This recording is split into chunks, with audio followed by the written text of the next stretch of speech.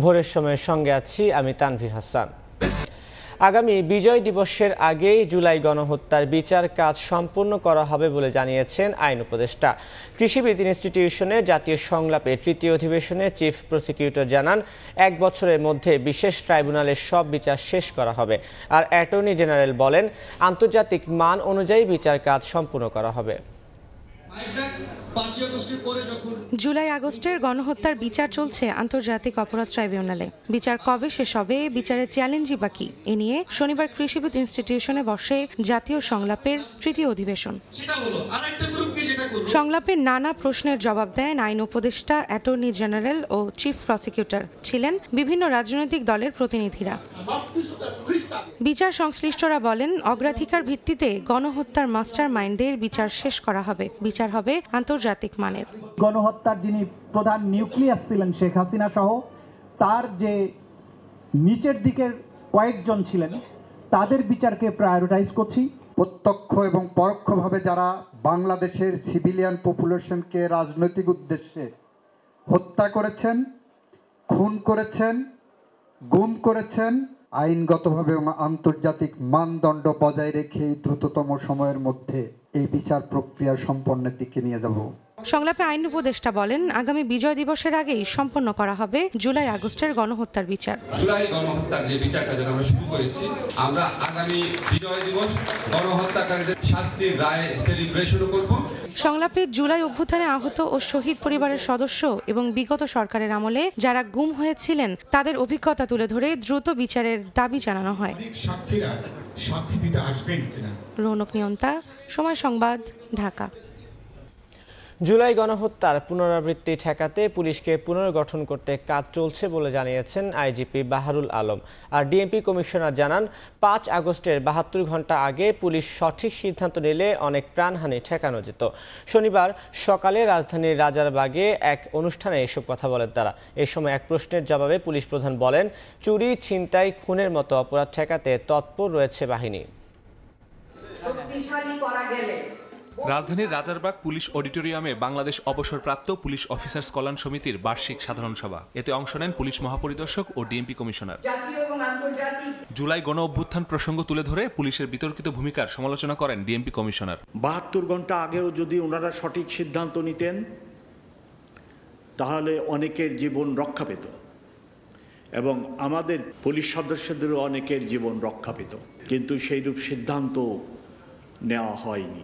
IGP জানান, বাহিনীর পুনর্গঠন করাই তার প্রথম কাজ, যাতে আর কখনোই জুলাই আগস্টের মতো ভূমিকা পালন না করতে পারে পুলিশ। এই পুলিশকে মানুষের কাছে গ্রহণযোগ্য করার দায়িত্ব আপনারা দিয়েছেন এবং যে দুঃখজনক ঘটনা জুলাই আগস্ট মাসে ঘটেছে এর যেন আর পুনরাবৃত্তি না হয়। আমি কি এইরকম কোনো ধারাবাহিকতা তৈরি করতে পারি কিনা, এই 3টা কাজের প্রচেষ্টা আমার সবসময় থাকবে।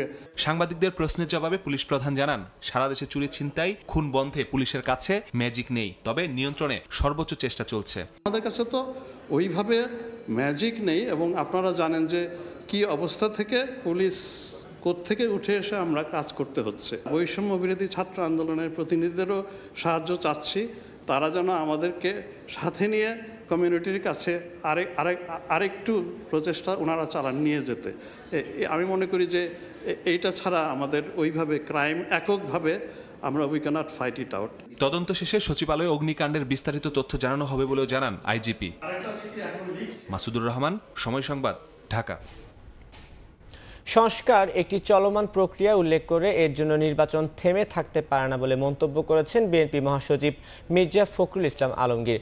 তিনি বলেন, সংস্কারের দোহাই দিয়ে অনির্বাচিত সরকারের হাতে বেশি দিন ক্ষমতা থাকা উচিত নয়। শনিবার সকালে জাতীয় প্রেস ক্লাবে এক আলোচনা সভায় এই কথা বলেন বিএনপি মহাসচিব। এদিকে আলাদা অনুষ্ঠানে দলটির নেতারা বলেন, জনগণের দ্বারা নির্বাচিত নয় বলে নানা সমস্যায় পড়তে হচ্ছে অন্তর্বর্তী সরকারকে। ছাত্র জনতার গণঅভ্যুত্থানে শেখ হাসিনা সরকারের পতনের পর দায়িত্ব নিয়ে রাষ্ট্র মেরামতের সংস্কারের উদ্যোগ নেয় অন্তর্বর্তী সরকার। আলোচনা করে রাজনৈতিক দল, সুশীল সমাজ সহ নানা শ্রেণী পেশার মানুষের সঙ্গে। 6টি সংস্কার কমিশন গঠন করে ডক্টর ইউনূসের সরকার। সংস্কার প্রক্রিয়াকে স্বাগত জানালেও নির্বাচন নিয়ে সুনির্দিষ্ট রোডম্যাপ চায় বিএনপি। শনিবার এ নিয়ে ক্ষুব্ধ প্রতিক্রিয়া দেখালেন দলটির মহাসচিব মির্জা ফখরুল ইসলাম আলমগীর। জাতীয় প্রেস ক্লাবে এক আলোচনা সভায় তিনি বলেন, সংস্কারের কথা বলে নির্বাচন প্রক্রিয়া বন্ধ করা যাবে না। তিনি দাবি করেন, দেশের মানুষের মধ্যে শঙ্কা তৈরি হচ্ছে অন্তর্বর্তী সরকার ইচ্ছাকৃতভাবে নির্বাচন দিতে দেরি করছে কিনা। সংস্কার একটা চলমান প্রক্রিয়া, প্রতি মুহূর্তেই সংস্কার হচ্ছে, সেই সংস্কারের ধারা চলতে থাকবে। সেই জন্য তো নির্বাচন বন্ধ হয়ে থাকতে পারে না। সেই মুহূর্তে তো দিনের পর দিন আমরা একটা অনির্বাচিত সরকারের হাতে দেশ চালাতে দিতে পারি না। এই সমস্যাগুলো অনেক কমে যাবে যদি একটা নির্বাচিত সরকার থাকে। গত 5 মাসে দেশে কোনো স্বস্তি ফেরেনি দাবি করে বিএনপি মহাসচিব বলেন, সরকারের সঙ্গে জড়িতরা জনগণের সমস্যা না দেখে রাজনৈতিক দলগুলোর দোষ খুঁজে বের করছে। 17 বছর হলেই ভোটার হতে পারবে ডক্টর মোহাম্মদ ইউনূসের এমন প্রস্তাবনা মূলত নির্বাচন কমিশনকে চাপে ফেলবে এবং নির্বাচনকে আরো দূরে ঠেলে দেবে বলেও দাবি তার। নতুন একটি প্রস্তাব নিয়েছেন, চিফ এক্সিকিউটিভ, আপনি প্রথমেই বলে দিচ্ছেন যে 17 বছর হলে ভালো। আপনি যখন বলছেন then it becomes a binding on the election commission যেটা আপনি ইলেকশনের জন্য যারা ঠিক করবে, এটা ইলেকশন কমিশনকে ছেড়ে দিন, লেট দেম ডিসাইড। 18 বছর তো আছে, সকলের কাছে গ্রহণযোগ্য আছে। রাজনৈতিক দলগুলোর সঙ্গে কথা বলেন। উনি যখন প্রথমেই বলে দেন দ্যাট বিকামস বাইন্ডিং, ওটা কিন্তু একটা চাপ পড়ে যায় কমিশনের উপরে। কেন জানি না মানুষের একটা ধারণা তৈরি হচ্ছে, আমার না কিন্তু ধারণা তৈরি হচ্ছে যে এই সরকার ইচ্ছাকৃতভাবে নির্বাচন প্রক্রিয়াকে বিলম্বিত করছে। ঢাকা রিপোর্টার্স ইউনিটি মিলনায়তনে আরেক আলোচনা সভায় বিএনপির স্থায়ী কমিটির সদস্য ইকবাল হাসান মাহমুদ টুকু দাবি করেন, জনগণের দ্বারা নির্বাচিত নয় বলেই অন্তর্বর্তীকালীন সরকারকে নানা সমস্যায় পড়তে হচ্ছে। রিফর্ম কি হবে? জনগণের ম্যান্ডেট দিয়ে করবে। আপনারা এই রিফর্মের নামে নির্বাচনটাকে পিছিয়ে দিবেন, এটা ঠিক হবে না। আজকে যেসব সমস্যা হচ্ছে, এসব সমস্যা হচ্ছে বিকজ আপনাদের কোনো ম্যান্ডেট নাই, আপনাদের কোনো পলিটিক্যাল ফোর্স নাই। এদিকে জাতীয় প্রেস ক্লাবের সামনে এক প্রতিবাদ সমাবেশে বিএনপি চেয়ারপারসনের উপদেষ্টা জয়নুল আবদিন ফারুক সচিবালয়ে আগুনের ঘটনায় কোনো কুলকিনারা না হওয়ায় সরকারের কাছে এর ব্যাখ্যা দাবি করেন। আহমেদ সালেহিন, সময় সংবাদ, ঢাকা। নতুন বাংলাদেশে ঐক্যবদ্ধ থাকবে ফ্যাসিবাদ বিরোধী সব দল, পাশাপাশি ভারতীয় আধিপত্য রুখতে সজাগ থাকতে হবে সবাইকে। শনিবার সোহরাওয়ার্দী উদ্যানে খেলাফতে মজলিসের সাধারণ পরিষদের দ্বাদশ অধিবেশনে একথা বলেন জামায়াতের আমির সহ ইসলামী দলগুলোর নেতারা। বিএনপি সহ অন্যান্য দলের নেতারা বলেন, জুলাই গণঅভ্যুত্থানের চেতনায় বাংলাদেশ বিনির্মাণে ঐক্যবদ্ধ থাকতে হবে। ভোর থেকেই সোহরাওয়ার্দী উদ্যানে মানুষের ঢল। সকাল 9:30টায় উদ্বোধনী বক্তব্যের মাধ্যমে সূচনা হয় খেলাফতে মজলিসের সাধারণ পরিষদের দ্বাদশ অধিবেশন। একই মঞ্চে দেখা যায় বিএনপি, জামায়াত সহ বিভিন্ন রাজনৈতিক দলের নেতাদেরও।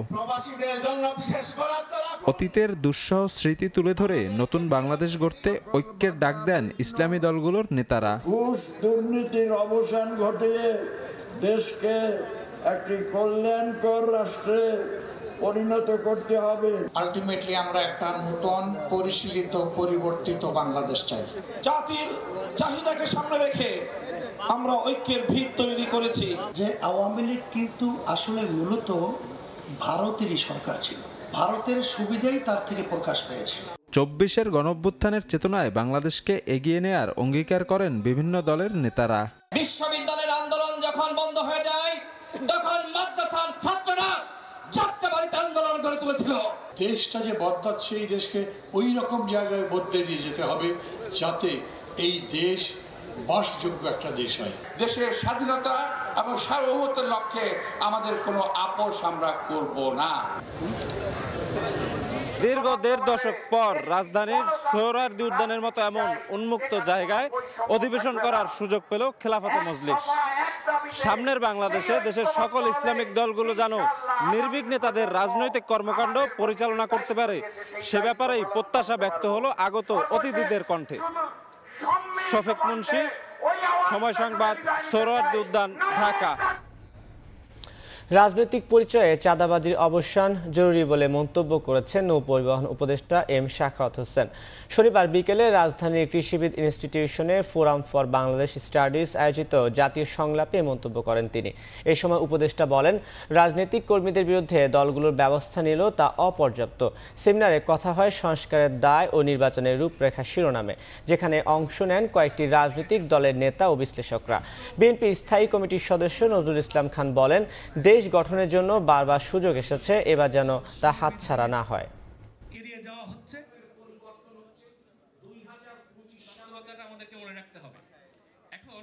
রাস্তায় বলা হচ্ছে আমরা 15 বছর 17 বছর আমরা পাওয়ারে ছিলাম না, এখন আমাদের ইলেকশন করতে পয়সা লাগবে, এখন আমাদের পয়সা দরকার। চাঁদাবাজি হচ্ছে, there is no denial of it. তো এই জায়গাতে আমি মনে করি যে একটা সংস্কারের প্রয়োজন আছে, অত্যন্ত সাংঘাতিক সংস্কারের প্রয়োজন আছে। আমি দেখছি যে একটি পার্টির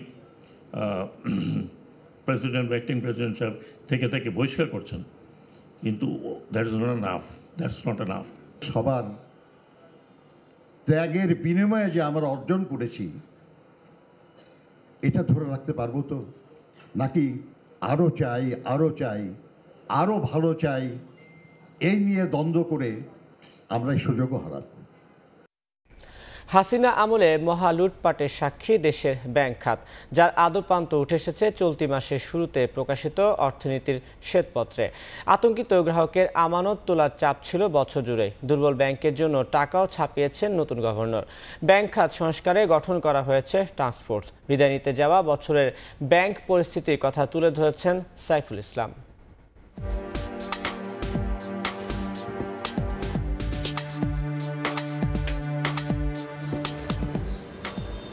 12 ব্যাংকের অবস্থা খুবই খারাপ। 9টিতে জ্বলছে লালবাতি, 3টির অবস্থান ইয়েলো জোনে। ভালো আছে 16 ব্যাংক। সব মিলিয়ে 38টি দুর্বল ব্যাংকের খবর গণমাধ্যমে ফাঁস হয় চলতি বছরের প্রথম প্রান্তিকেই। এরপর 14ই মার্চ খেয়ে ফেলা পদ্মা ব্যাংকের বুকে আশার পাল উড়াতে চায় এক্সিম ব্যাংক। বাংলাদেশ ব্যাংকে বৈঠক শেষে আসা পদ্মা ও এক্সিমের একীভূত হওয়ার ঘোষণা। 2009 সালে শিল্প ব্যাংক ও শিল্পঋণ সংস্থাকে একীভূত করে বাংলাদেশ ডেভেলপমেন্ট ব্যাংক গঠনের পর চলতি বছরে ব্যাংকটি আবারও একীভূতের আলোচনায় আসে। আতঙ্কে পড়েন ব্যাংকটির কর্মী ও আমানতকারীরা। ছাত্র জনতার আন্দোলনের মুখে 21 জুলাই থেকে 3 দিন সাধারণ ছুটির কবলে পড়ে ব্যাংক খাত। 5 দিন বন্ধ থাকার পর 23 জুলাই রাত থেকে ব্যাংকিং লেনদেনে স্বাভাবিক হতে থাকে ইন্টারনেট সেবা। রাজনৈতিক পট পরিবর্তনের পর 13 আগস্ট বাংলাদেশ ব্যাংকের 13তম গভর্নর হিসেবে দায়িত্ব নেন আহসান এইচ মনসুর। দায়িত্ব পেয়েই এসএলএম গ্রুপের কবজায় থাকা 8টি সহ 12টি ব্যাংকের পরিচালনা পর্ষদ ভাঙেন ও পুনর্গঠন করেন। ব্যাংক খাতের সংস্কারে সেপ্টেম্বরেই গঠিত হয় 6 সদস্যের টাস্ক ফোর্স। অক্টোবরের বড় খবর, লোকসানি পদ্মা ব্যাংকে টেনে তুলতে আসা এক্সিম নিজেই সাঁতরাচ্ছে লোকসানে নদীতে। 24 ডিসেম্বর ঘোষণা আসে একীভূত না হওয়ার। 28 নভেম্বর সংকটে থাকা 6 ব্যাংকে তারল্য সহায়তা দিতে 22,500 কোটি টাকা ছাপানোর কথা জানান গভর্নর। যদিও দায়িত্ব নিয়ে দৃঢ় ঘোষণা দিয়েছিলেন টাকা না ছাপানোর। ব্যাংক খাতে লুটপাটের ফলাফল, সেপ্টেম্বর শেষে খেলাপি ঋণ প্রায় 2,85,000 কোটি টাকা। অর্থনীতির শ্বেতপত্রে জানানো হয় এসব লুটপাটের পরিমাণ 24টি পদ্মা সেতু বা 14টি মেট্রো রেল নির্মাণ ব্যয়ের সমান। সাইফুল ইসলাম, সময় সংবাদ, ঢাকা। মসজিদের মতো পবিত্র জায়গাও রক্ষা পায়নি আওয়ামী লীগ নেতা মুরাদ লতিফের হাত থেকে। রাজধানী ধানমন্ডির আল আকসা জামে মসজিদ কমিটির সাধারণ সম্পাদক হয়ে নিয়ন্ত্রণে নিয়েছেন 2টি দোকান। তার ছেলে আবরার মাসে 31,000 টাকা ভাড়া তুলে মসজিদে দেয় মাত্র 5,000 টাকা। শুধু তাই নয়, মসজিদের জমিতে নিজের বাড়ির সীমানা পিলার দিয়েছেন, সেখানে দিয়েছেন অফিস ভাড়া। 8 বছর ধরে মসজিদে লাখ লাখ টাকা হাতিয়ে নিলেও ভয়ে কেউ মুখ খোলেননি। মাসুদুর রহমানের রিপোর্ট। রাজধানীর ধানমন্ডি 4-এর আল আকসা জামে মসজিদ, নিচে 2টি দোকান। কথা হলো বিসমিল্লা ড্রাই ক্লিনার্সের মালিকের সঙ্গে। জানালেন 2.5 লাখ টাকা অগ্রিম দিয়ে ভাড়া নিয়েছেন, প্রতি মাসে ভাড়া 18,000 টাকা। অ্যাডভান্স দিয়েছে 2.5 লাখ টাকা, আর আমি তো ভাড়া দিয়ে 18,000 টাকা। পাশের আরেকটি দোকান, এটির ভাড়া 13,000 টাকা। ভাড়া সাধারণত মসজিদ কমিটির উঠানোর কথা, কিন্তু ভাড়া উঠান মসজিদ কমিটির সাধারণ সম্পাদকের ছেলে আবরার। ভাড়া তো আপনার ভাই নয়, বছর খানেক হইতে আবার আরো 1,000 বাড়াইছে, বর্তমানে 13,000। কথা হয় মসজিদের খাদেমের সঙ্গে। জানালেন 8 বছর আগে এই দোকান 2টি তৈরি করা হয়, তখন থেকে এটির ভাড়া উঠান আবরার। মসজিদের ফান্ডে আসে মাত্র 5,000 টাকা। 18,000 আর 30,000 সেটা আমি অন্তত পক্ষে জানি না। সেক্রেটারি সাহেবের ছেলে উনি এটা ভাড়া উঠা, এটা আমার দেটাতে। এই মসজিদ কমিটির সাধারণ সম্পাদক আওয়ামী লীগ নেতা মুরাদ লতিফ কুড়িগ্রাম 4 আসনে একাধিকবার আওয়ামী লীগের মনোনয়ন প্রত্যাশী ছিলেন। এই ক্ষমতা বলেই মসজিদ কমিটিতে দীর্ঘদিন ধরে অনিয়ম করছে বলে অভিযোগ স্থানীয়দের। আওয়ামী লীগের নেতা সাল আবার কিসের আওয়ামী লীগের নেতা? এখন মসজিদের টাকা হক হচ্ছে মসজিদের টাকাটা মসজিদকে দেন। রোজার সময় যে টাকাটা উঠে আমাদের তারাবির, আজ পর্যন্ত এত বছর ধরে যত বছর আমি আসছি আমি কখনো শুনি নাই যে এই টাকাটা অমুক খাতে, এই টাকাটা অমুক খাতে। কোন খাতে কোন টাকাটা যেতেছে যদি জিজ্ঞেস করি এটা চলে গেছে, কোথায় চলে গেছে? এখানেই শেষ নয়, রয়েছে মসজিদের জায়গা দখলের অভিযোগও। কমিটির ছেলে অবকার যে হোক, টাকা অন্য কেউ খায় মসজিদ বাদে, তাহলে এটা অপরাধ। আমরা সুষ্ঠুভাবে সবকিছু সমাধান চাই আর কি, সুন্দরভাবে মসজিদটা চলুক। এ বিষয়ে কথা হয় মসজিদ কমিটির কেশিয়ারের সঙ্গে। তার দাবি মসজিদ নির্মাণের সময় সালামি বাবদ ৫ লাখ টাকা দিয়েছিলেন মুরাদ লতিফ, সে কারণেই ভাড়া উঠান তারা, যদিও এর কোনো কাগজ দেখাতে পারেননি কেশিয়ার। এটা সালামি দেওয়া হয়েছে, কোথাও কাগজপত্র আছে আমার কাছে না। আপনারা ইয়ে করেন, একটা সবাইকে দায়িকা এটা কি হয় সুষ্ঠু একটা সমাধান হোক। এই মিটিংয়ের অ্যাপ্রুভালের মাধ্যমে যেটা কমিটি অ্যাপ্রুভ করবে, তারপরে হয়তো লিজ দেওয়া যেতে পারে। তো এরকম কোনো বিষয় যদি আমার মনে হয় না আছে। অভিযুক্ত মুরাদ লতিফ ও তার ছেলের সঙ্গে যোগাযোগের চেষ্টা করেও তাদের বক্তব্য পাওয়া যায়নি, বাসায় গেলেও খোঁজ মেলেনি তাদের। আওয়ামী লীগ নেতা মুরাদ লতিফ ও তার ছেলে এই মসজিদের দুটি দোকান থেকে ভাড়া বাবদ গত ৮ বছরে তুলেছেন ৩০ লাখ টাকা, অথচ মসজিদ ফান্ডে জমা হয়েছে মাত্র ৫ লাখ টাকা। এতদিন আওয়ামী লীগের ভয়ে কেউ মুখ না খুললেও মুসল্লিরা এখন বলছেন এটির একটি যৌক্তিক সমাধান দরকার। মসজিদের টাকা জমা হওয়া উচিত মসজিদের ফান্ডেই। মাসুদুর রহমান, সময় সংবাদ। স্বপ্নদ্রষ্টা ফজলুর রহমানের প্রথম মৃত্যুবার্ষিকী উপলক্ষে দোয়া মাহফিলের আয়োজন করেছেন চট্টগ্রামে কর্মরত প্রতিষ্ঠানটির কর্মকর্তা এবং কর্মচারীরা।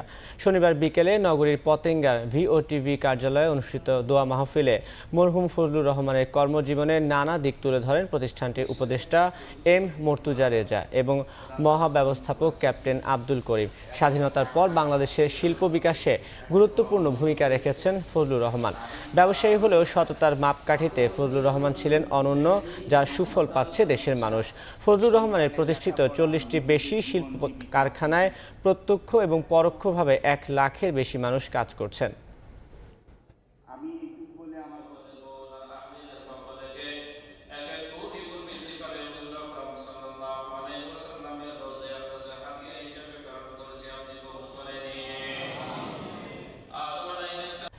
সিলেটের ঐতিহ্যবাহী কিং ব্রিজ এখন হকারদের দখলে।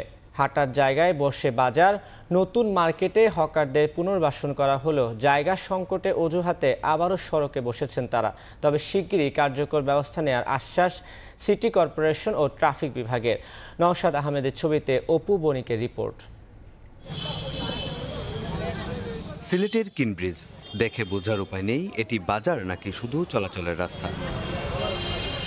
চলতি বছরের মার্চে সিলেট শহরের বিভিন্ন এলাকা থেকে হকারদের সরিয়ে নগরীর লালদিঘির পার হকার মার্কেটে পুনর্বাসন করে সিলেট সিটি কর্পোরেশন। 5 আগস্টের পর পর্যায়ক্রমে হকাররা কিং ব্রিজের রাস্তা ও ফুটপাতে বসতে শুরু করে। এক পর্যায়ে তারা পুরো ব্রিজ দখল করে। এতে পথচারীদের চলাচল ব্যাহত হচ্ছে, এমনকি স্থানীয় প্রশাসন অভিযান চালালেও তারা জায়গা ছাড়ছে না। এতে ক্ষুব্ধ নগরবাসী। এই যে এইটা কি কিং ব্রিজ, এইটা লাগাতে ভাই, এটা সবজির ব্রিজ। এই দেখো সবজি বাজার হয়ে গেছে ভাই, মাছের বাজার হয়ে গেছে। সাধারণ মানুষ চলাচল করতে খুব কষ্ট, ফ্যামিলি লইয়া আটা যান না, এরপরে আপনারা 3 জন লইয়া আটলা, একজন পিছে দিয়ে চুর লইয়া যার। তারা পুরো এরিয়াটা অন্যায়ভাবে দখল করে আছে। আর আমার কাছে মনে হয় যে এইখানে এই যে তাদের দখল করে ব্যবসার যে ব্যবস্থা, এইটার পিছনে কিছু একটা মহল জড়িত আছে। যেখানে পর্যটন আসার কথা ছিল, ছাত্রছাত্রী আসার কথা ছিল, মানুষ একটু দূষিত বিশুদ্ধ মানে হাওয়া এখান থেকে নিবে, কিন্তু পারতেছে না। এখানে এমনভাবে পরিবেশ নষ্ট হচ্ছে, এটা সম্পূর্ণ সিটি কর্পোরেশনের যারা দায়িত্ব আছে তাদের গাফলতি। হকারদের দাবি তাদের নামমাত্র পুনর্বাসন করা হয়েছিল, এমনকি মার্কেটেও মেলেনি চাহিদা মাফিক জায়গা। আমরা আগে ছিলাম আপনার লালদিঘির পার হকার্স মার্কেটে, এখানে আরিফ সাহেব মেয়রে পুনর্বাসন দিয়েছিল, এই জন্য আমরা এখানে ছিলাম। এখন এটা সংস্করণ হয় নাই, এই কারণে আমরা রাস্তার মধ্যে ফুটপাতে বসি। আমরা তো ভাই ফেটে দেয়া করি ভাই, তেলে করি আমরা তো চলতে হইব, এই জন্য আইছি আর কি, সংসার চালাইতে হইব।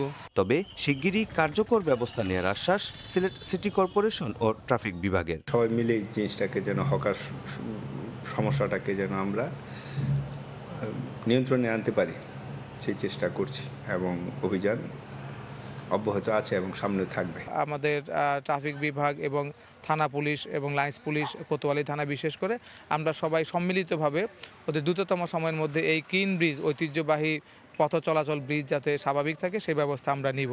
সিলেট সিটি কর্পোরেশনের তথ্য মতে হকারদের পুনর্বাসনের জন্য লালদিঘির পার হকার মার্কেট নির্মাণে খরচ হয় 1,65,00,000 টাকা। অপু বণিক, সময় সংবাদ, সিলেট। অস্তিত্ব সংকটে সিলেট বিভাগের 4 জেলার 37টি নদ নদী দখলের কারণে অনেক নদীর গতিপথও পাল্টে গেছে। এরই মধ্যে সুরমা, কুশিয়ারা সহ প্রায় 8টি নদীর 3,600 মিটার জায়গা বেদখল হয়ে গেছে। এমনকি ময়লার ভাগাড়ে পরিণত হয়েছে বেশিরভাগ। তবে সংকট সমাধানে সমন্বিত উদ্যোগের কথা জানিয়েছে পানি উন্নয়ন বোর্ড। দিগেন সিংহ ও নওশাদ আহমেদ চৌধুরীর ছবিতে ইকরামুল কবিরের রিপোর্ট। সিলেট নগরীর ময়লা পানি 11টি ছড়ার মাধ্যমে সুরমা নদীতে গিয়ে মিশছে। একদিকে দুর্গন্ধযুক্ত ময়লা পানি, অন্যদিকে নগরীর আবর্জনায় ভরে গেছে নদী। এরই মধ্যেই চলছে সরকারি বেসরকারি বিভিন্ন হাসপাতালের কাপড় ধোয়ার কাজ। সিলেট নগরী যত হাসপাতাল আছে সব এখানে দেওয়া হয়। উসমানী মেডিকেল থেকে দৈরিয়া সদর হাসপাতাল পর্যন্ত সব মেডিকেলেরই। বাজারের ভিতরে সিটিয়ে কোনো ডাস্টবিন দিছে না, এর কারণে আপনারা গাঙ্গরসরা ফালানি লাগের বাধ্যতামূলক। অত বড় বাজার একটা সিটির কোনো ইয়ে নাই। পাকা, আধা পাকা ও টিন শেডের স্থাপনা তৈরি করে সুরমা, কুশিয়ারা, গোয়াইন, মাকুন্দা, ধলাই, মরা ধলাই, তৈমুরনগর, সূর্যখাল নদ নদীর প্রায় 3.5 কিলোমিটার দীর্ঘ নদী খেকোদের দখলে। এছাড়া বাসিয়া নদীর 2 কিলোমিটার আছে 286 জনের অবৈধ দখলে। 38 কিলোমিটার দীর্ঘ এই বাসিয়া নদী সিলেট সদর, দক্ষিণ সুরমা, বিশ্বনাথ এবং সুনামগঞ্জের জগন্নাথপুরবাসীর আর্থসামাজিক উন্নয়নে যুগান্তকারী পদক্ষেপ রাখার কথা থাকলেও অপরিচ্ছন্নতা এবং দখলের কারণে এই নদীর সুফল ভোগ করতে পারছেন না এলাকাবাসী। কৃষিকাজ, রবি শস্য চাষ থেকে কিন্তু মানুষ বঞ্চিত। একটি মাত্র কারণ হলো নদী ভরাট হওয়ার কারণে। নদী রক্ষা কমিশনের তথ্য মতে বিভাগে নদ নদী 168টি। অন্যদিকে পানি উন্নয়ন বোর্ড বলছে মাত্র 36টি। এসে খতিয়ানে মিলে 215টির হিসাব।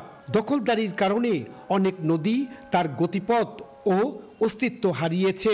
এগুলো নদ নদীর অবৈধ দখল মুক্ত করে খনন করার ক্ষেত্রে সমন্বিত উদ্যোগ গ্রহণ করতে যাচ্ছে পানি উন্নয়ন বোর্ড। নদীকে নদীর মতো করে থাকতে দিতে হবে, দখল দূষণ থেকে মুক্ত রাখতে হবে। নদীর পর্যাপ্ত পরিমাণে যেখানে খননের প্রয়োজন হবে সেভাবে করতে হবে, না হলে কিন্তু যে সংকটাপন্ন নদীকে আসলে এই অবস্থা থেকে উত্তরণ ঘটানো সম্ভব না। আমাদের পার্টের যে অংশগুলো, যে আমরা নদীর ড্রেজিং করা বা খাল খনন করা বাজেট প্রাপ্তি সাপেক্ষে আমরা যখনই করি তখন দখল এবং দূষণমুক্ত করার ক্ষেত্রে প্রশাসন, পুলিশের সহায়তা নিয়ে আমরা করে থাকি। আর বাকি পুরো কাজটা কিন্তু সিলেটে যে বিভিন্ন নদীর দখল দূষণ আছে এগুলা বিভিন্ন দপ্তর মিলে আমরা সমন্বিতভাবে করার চেষ্টা করে যাচ্ছি। বাংলাদেশ অভ্যন্তরীণ নৌ পরিবহন কর্তৃপক্ষের তথ্য মতে সিলেট বিভাগের 18টি নদী খনন ও দখলমুক্ত করতে 1,676 কোটি টাকা ব্যয়ে 5 বছর মেয়াদী প্রকল্প গ্রহণ করা হচ্ছে। ইকরামুল কবির, সময় সংবাদ, সিলেট। জমি অধিগ্রহণ জটিলতায় চলতি শুষ্ক মৌসুমেও মনু নদী শহর প্রতিরক্ষা বাঁধ সংস্কার কাজ শেষ হয়নি। প্রস্তুতি থাকলেও কাজ না করে অপেক্ষা করছে ঠিকাদার প্রতিষ্ঠান। এতে আগামী বর্ষায় বন্যার শঙ্কা শহরবাসীর। তবে শিগগিরই সংকট সমাধানের আশ্বাস পানি উন্নয়ন বোর্ডের। শাহ অলিদুর রহমানের পাঠানো তথ্য ও মোহাম্মদ ইয়ারুব আহমেদের ছবি নিয়ে বিস্তারিত। ভরাট হয়ে গেছে মনু নদী, গভীরতা কমে অনেক স্থান উঁচু হয়ে গেছে, অথচ পাশেই ফেলা হয়েছে জিও ব্যাগ। মৌলভীবাজার সদর, রাজনগর ও কুলাউড়া উপজেলায় মনু নদীর তীর রক্ষা প্রকল্পের আওতায় 35 একর জমি অধিগ্রহণের জন্য 2022 সালের জানুয়ারিতে জেলা প্রশাসনের কাছে আবেদন করে পানি উন্নয়ন বোর্ড। কিন্তু আমলাতান্ত্রিক জটিলতায় দীর্ঘদিনে জমি অধিগ্রহণ হয়নি। ভূমি মন্ত্রণালয় চলতি বছরের 22 অক্টোবর জমি অধিগ্রহণের অনুমোদন দিলেও কাজের ধীরগতির অভিযোগ এলাকাবাসীর। এতে দুর্বল শহর প্রতিরক্ষা বাঁধের কারণে চলতি বছরের মতো আগামী বর্ষায় বন্যার আশঙ্কা করছেন শহরবাসী। প্রতি বর্ষার সময় আমরা খুব আতঙ্কের মধ্যে থাকি, খুব সমস্যার মধ্যে থাকি। সব দোকানদার হল আমরা মাল চামানা আটাইয়া খুব একটা আতঙ্কের মধ্যে থাকি। এবার যে নদীর পানির উচ্চতা ছিল সেই পানির উচ্চতার কারণে আমরা শহরবাসী নির্ঘুম রাত কাটিয়েছি। প্রতি বছর বন্যায় মারে, কোনো খাত চলেন না। 2 বছর ধরে আমরা বন্যা মারে। দীর্ঘদিন ধরে খালি শুনি আইতেছি যে বান হইতেছে, কিন্তু বান হইতেছে না। আমরা অনেক কষ্ট করতেছি নদীর ভাঙ্গন লইয়া। বর্ষা হয় তখন আমরা খুব আতঙ্কে থাকি, গ্রামের সব মিলিয়া ফাড়া দেওয়া শুরু করি যাতে বানটা ভাঙ্গিয়া যায়। প্রকল্প বাস্তবায়নে 2021 সালে 10টি ঠিকাদারি প্রতিষ্ঠান কাজ শুরু করে। জমি অধিগ্রহণ না হওয়ায় 3 বছর ধরে কাজ হচ্ছে না বলে জানান সংশ্লিষ্টরা। সকল ম্যাটেরিয়ালস রেডি আছে, আমাদের জিও ব্যাগ ছিল, সেগুলো ডাম্পিং কমপ্লিট হয়েছে। আমাদের ব্লক যে পরিমাণ ছিল আমরা ব্লক তৈরি করে ফেলছি, জমি পাচ্ছি না, সেজন্য আমরা ব্লক প্লেসিং এ যেতে পারতেছি না। মনু নদীতে যত ঠিকাদার প্রতিষ্ঠান আছে সবাই ক্ষতিগ্রস্ত হচ্ছে, বারবার টাইম এক্সটেনশন হচ্ছে। আমরা কিছুদিন আগে টাইম এক্সটেনশন হয়েছে, সেটারও মেয়াদ চলে যাচ্ছে। তবে শীঘ্রই সংকট সমাধানের আশ্বাস পানি উন্নয়ন বোর্ডের। খুব গুরুত্ব সহকারে যাতে অধিগ্রহণ প্রক্রিয়াটি শেষ হয়, এর থেকে পানি সম্পদ থেকে একটি পত্র দেওয়া হয়েছে জেলা প্রশাসক বরাবর এবং আমাদেরকে। আশা করতেছি প্রকল্পটি যেহেতু 2026-এর জুনে সমাপ্ত হবে, এর ভিতরে এই প্রক্রিয়াটি অতি দ্রুত সকলের সহযোগিতায় সম্পন্ন হবে। পানি উন্নয়ন বোর্ডের তথ্য মতে মনু নদীর তীর রক্ষা প্রকল্পের ব্যয় ধরা হয়েছে 996 কোটি টাকা। সময় সংবাদ, মৌলভীবাজার। ট্রান্সফরমারের তার চুরি। গত 2 বছরে পিডিবি ও পল্লী বিদ্যুতের 127টি ট্রান্সফরমারের ভেতরের মূল উপকরণ চুরি হয়েছে। সম্প্রতি দীঘা গ্রামে এক রাতে 6টি চুরির ঘটনায় 150 একর জমিতে সেচ নিয়ে অনিশ্চয়তা দেখা দিয়েছে। একের পর এক চুরি হলেও ধরা ছোঁয়ার বাইরে চক্রটি। হোসেন আলী ছবিতে উবায়দুল হকের রিপোর্ট। খুঁটিতে ট্রান্সফরমার থাকলেও ভেতর থেকে খুলে নেওয়া হয়েছে মূল উপকরণ তামার তার। নিচে পড়ে আছে বিদ্যুতের লাইনের কিছু ধাতব উপকরণ। সম্প্রতি এমন চুরির ঘটনা ঘটেছে ময়মনসিংহের গফরগাঁওয়ের দীঘা গ্রামে। গফরগাঁওয়ে থামানো যাচ্ছে না বিদ্যুতের ট্রান্সফরমারের তার চুরি। গত 2 বছরে পিডিবি ও পল্লী বিদ্যুতের 127টি ট্রান্সফরমারের ভেতরের মূল উপকরণ চুরি হয়েছে। সম্প্রতি দীঘা গ্রামে এক রাতে 6টি চুরির ঘটনায় 150 একর জমিতে সেচ নিয়ে অনিশ্চয়তা দেখা দিয়েছে। এতে বিপাকে পড়েছেন কৃষক। 5-6 দিন পরে রোয়া লাগানোর সময় অনেক সময় যদি কারেন্ট না থাকে তাহলে তো আমরা কৃষক মরার মতো, অনেক ক্ষতিগ্রস্ত আমরা। কিছুদিন পরে পরে এটা যদি চুরি হয়ে যায় তাহলে তো এটা অনেক সমস্যা। এটা তো দেখা গেছে রোয়া লাগানোর পরে আরেকবার চুরি হয়ে গেল, এটা আরেক সমস্যা। এই চুর ধরে যদি ধরা যায় তাইলেই কেবল আমাদের বাঁচার পথ হবে। আমরা আইনে লাগাইলাম কষ্ট করে, আবারও যদি খুলে নেওয়া যায় দ্বিতীয়বার আর লাগানোর মতো শক্তি আমাদের থাকবে না। বিদ্যুৎ বিভাগ বলছে 5 কেভি থেকে 25 কেভি পর্যন্ত ক্ষমতার ট্রান্সফরমারে 9 কেজি থেকে প্রায় 30 কেজি তামার তার থাকে।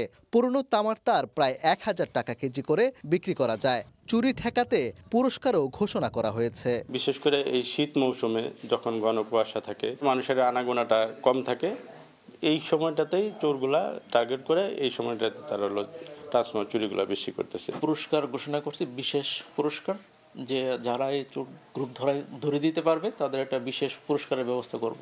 একের পর এক চুরি হলেও ধরা ছোঁয়ার বাইরে চক্রটি। সেচ ব্যবস্থার সাথে যারা জড়িত তাদেরকে সচেতন করে পাহারার ব্যবস্থা অলরেডি আমরা সেখানে রেখেছি এই সিজনটাতে, যাতে অন্যান্য বছরের তুলনায় আমাদের এই ট্রান্সফরমার চুরিটা কমে আসে, সেই লক্ষ্যে আমরা কাজ করে যাচ্ছি। গফরগাঁও উপজেলা পল্লী বিদ্যুতের 66,036 জন ও পিডিবির প্রায় 71,000 গ্রাহক রয়েছেন। উবায়দুল হক, সময় সংবাদ, ময়মনসিংহ। নেত্রকোনা পৌর এলাকার তীব্র গ্যাস সংকট চলছে। বাসা বাড়িতে গ্যাস থেকে থাকে না দীর্ঘ সময়। চুলা জ্বললেও গ্যাসের চাপ না থাকায় রান্না করাই কঠিন। বাধ্য হয়ে অনেকে রেস্টুরেন্ট থেকে কিনে খাচ্ছেন খাবার। তবে সরবরাহ কম থাকার অজুহাত তিতাস কর্তৃপক্ষের। আলপনা বেগমের পাঠানো তথ্য, আবু সুফিয়ানের ছবি নিয়ে রিপোর্ট। সুইচ চালু করলেও গ্যাস না থাকায় জ্বলছে না চুলা। দীর্ঘ সময় অপেক্ষা করার পর সামান্য গ্যাস আসলেও তা দিয়ে রান্না করতে সময় লাগছে অনেকক্ষণ। নেত্রকোনা পৌরসভায় তিতাসের আবাসিক সংযোগে মিলছে না কাঙ্ক্ষিত গ্যাস। সরবরাহ কমে যাওয়ায় খাবার রান্না নিয়ে বিপাকে পড়েছেন পৌরবাসী। তারা জানান, দীর্ঘদিন ধরে এ সমস্যা হলেও এখনো সমাধানের কোনো উদ্যোগ নেয়নি কর্তৃপক্ষ।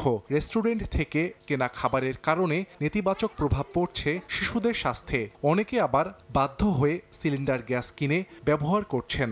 গ্যাস অনেক কম, রান্না করতে অনেক সমস্যা হয়, সকালে নাস্তা করা যায় না, বাচ্চাদের বাইরে থেকে খাবার আইনা তারপরে খাওয়াইতে হয়। যখন বিকালে একটু আসে রান্না করতে যাই তাও থাকে না, 9টার পর থেকে কোনো গ্যাস থাকেই না। মানে একটু একটু আগুন একবেলা রান্না করে খাইতে হয়। অবৈধ কোথায় ইউজ করতেছে না ইউজ করতেছে এগুলো খুঁজে খুঁজে তারা বের করবে, যে বের করে তারপর বের করে ওগুলা কাটা দিবে। মাঝে মাঝে তো এরকম হইতাছে, শীতের মধ্যে সবচেয়ে বেশি আর কি। গ্যাসের যে সংকটটা সেটা একটা কৃত্রিম সংকট, এবং পাশাপাশি যে অবৈধ সংযোগগুলো আছে সেগুলো এই গ্যাস সংকটে দায়ী। কম সরবরাহের অজুহাত তিতাসের, পাশাপাশি অবৈধ সংযোগ না নেওয়ারও আহ্বান সংশ্লিষ্ট কর্মকর্তার। গ্যাসের যে সাপ্লাইয়ের কিছুটা ঘাটতি আছে, যার ফলে এটা সামগ্রিকভাবে শুধু নেত্রকোনা না, তিতাসের যে আওতাভুক্ত যতগুলো 13টা জেলা, সবগুলি জেলাতেই সেম সমস্যা। আশা করি কিছুদিনের মধ্যে সমস্যার সমাধান হবে, আসল সমস্যা। নেত্রকোনা পৌরসভায় তিতাসের আবাসিক গ্রাহকের সংখ্যা 5,600। সময় সংবাদ। বছর ব্যবধানে বাংলাদেশ থেকে বিদেশগামী শ্রমিকের সংখ্যা কমেছে 3 লাখের মতো। কমেছে নারী কর্মীদের বিদেশ যাত্রা। অভিবাসীর সংখ্যা কমলেও হুন্ডি কমায় বাড়ছে প্রবাসী আয়। শ্রম অভিবাসন গতি প্রকৃতি শীর্ষক প্রতিবেদনে এসব তথ্য তুলে ধরেছে বেসরকারি সংস্থা রামরু। বিশ্বে বাংলাদেশের শ্রম বাজার সম্প্রসারণে রিক্রুটিং এজেন্সিগুলোর প্রতারণা বন্ধ ও দক্ষ কর্মী বাড়ানোর পরামর্শ দিয়েছে প্রতিষ্ঠানটি। 2023 সালে কাজের উদ্দেশ্যে বিদেশে গেছেন রেকর্ড 13 লক্ষাধিক বাংলাদেশি। তবে চলতি বছর জুলাই আগস্ট গণ অভ্যুত্থানের ফলে মন্থর হয়েছে অভিবাসীদের বিদেশ যাত্রা। ফলে চলতি বছরের নভেম্বর পর্যন্ত এই সংখ্যা কমে হয়েছে 9 লাখের কিছু বেশি। পাশাপাশি গত 10 বছরের মধ্যে 2024 সালে সবচেয়ে কম নারী অভিবাসী হয়েছে। বছর ব্যবধানে কমেছে 22%। শনিবার জাতীয় প্রেস ক্লাবে বেসরকারি সংস্থা রামরো উপস্থাপিত শ্রম অভিবাসন গতি প্রকৃতি শীর্ষক প্রতিবেদনে এসব তথ্য উঠে এসেছে। সংস্থাটি বলছে, দক্ষ কর্মী ও প্রশিক্ষণের অভাব বিদেশে বাংলাদেশের শ্রম বাজার সংকুচিত করছে। প্রসেসের ভেতরে কিছু দুরবস্থা রয়েছে। যে ট্রেনিং নেয় সে বিদেশ যেতে পারে না, কারণ ওই 3 মাসের ট্রেনিংই ধরে না। আর যে ট্রেনিং নিচ্ছে না সে বিদেশ যাচ্ছে। 10 বছরের ডেটার দিকে তাকালে দেখবেন চিত্রের কোনো পরিবর্তন নাই। আমরা একইভাবে মানে আধা দক্ষ আর অদক্ষ বাজারেই বিচরণ করে চলেছি।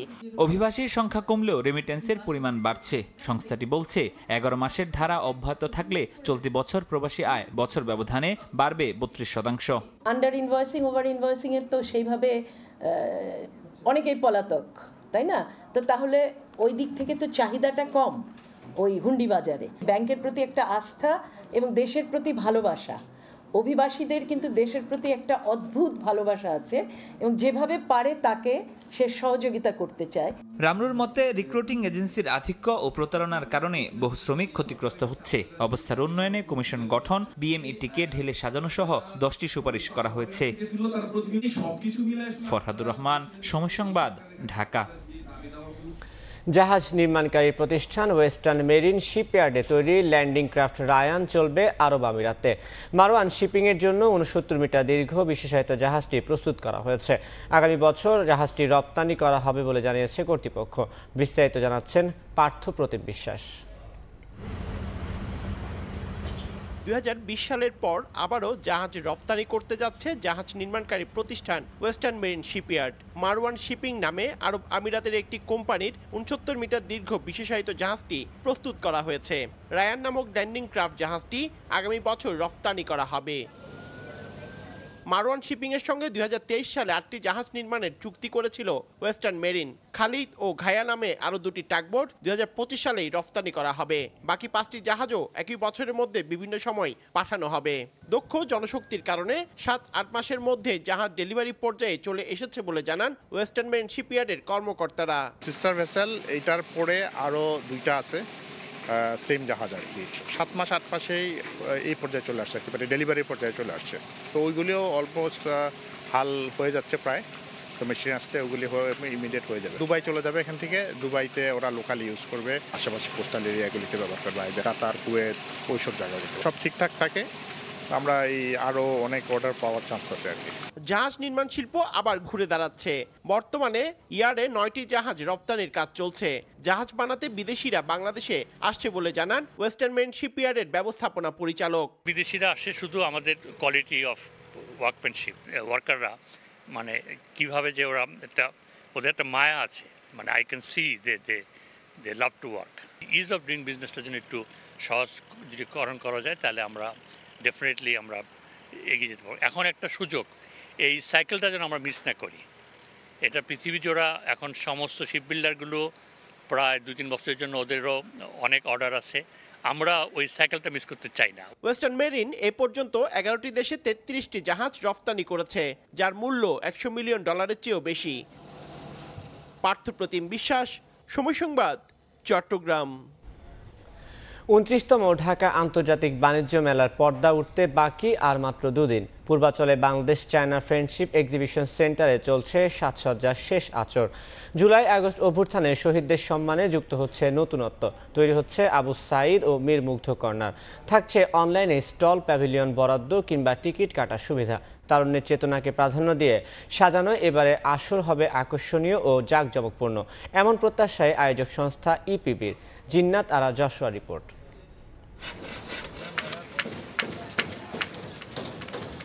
হাতুড়ি পেরেকের ঠক ঠক শব্দ, কেউ ছুটছে কাঠ আর বোর্ড নিয়ে, কেউ বা দিচ্ছেন রং তুলির আঁচড়, শেষ মুহূর্তের ঝালাই। সব মিলে পূর্বাচলে বাংলাদেশ চায়না ফ্রেন্ডশিপ এক্সিবিশন সেন্টারে চলছে শেষ মুহূর্তের কর্মযজ্ঞ। 2 দিন বাদেই পর্দা উঠবে 29তম ঢাকা আন্তর্জাতিক বাণিজ্য মেলার।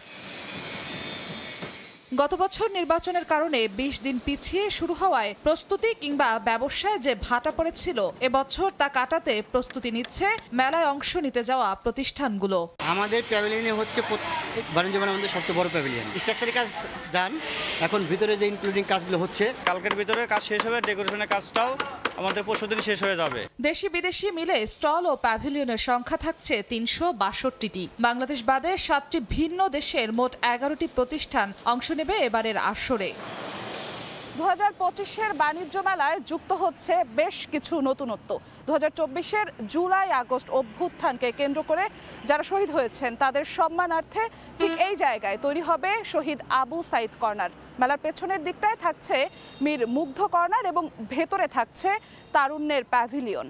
তবে অপরিবর্তিত থাকছে প্যাভিলিয়ন, স্টল বা রেস্টুরেন্টের স্পেসের ফ্লোর মূল্য বা ভাড়া। টিকিটের জন্য প্রাপ্তবয়স্কদের গুনতে হবে 50 টাকা, 12 বছরের নিচে হলে টিকিট মূল্য অর্ধেক। গত বছর যে ফ্লোর প্রাইস ছিল সে একই ফ্লোর প্রাইস আছে, তবে এই বছরের নতুনত্ব হচ্ছে এবছর পুরো বরাদ্দ প্রক্রিয়াটা হচ্ছে অনলাইনে। মেলার আয়োজক রফতানি উন্নয়ন ব্যুরো ইপিবির প্রত্যাশা, নতুনত্বের ছোঁয়ায় এবছর আরও আকর্ষণীয় হবে বাণিজ্য মেলা। 2025-এর বাণিজ্য মেলা মানে হচ্ছে জুলাই আগস্টের যে গণঅভ্যুত্থান, ছাত্র জনতার যে বিজয়, সেটাকে প্রক্ষেপণ করেই মূলত মেলার সমস্ত কার্যক্রমের সাথে আমরা সমন্বয় করছি। এবার বাণিজ্য মেলায় প্রবেশের জন্য থাকছে অনলাইনে টিকিট কাটার ব্যবস্থা। শিশুদের জন্য হচ্ছে প্রযুক্তি ভিত্তিক শিশু পার্ক।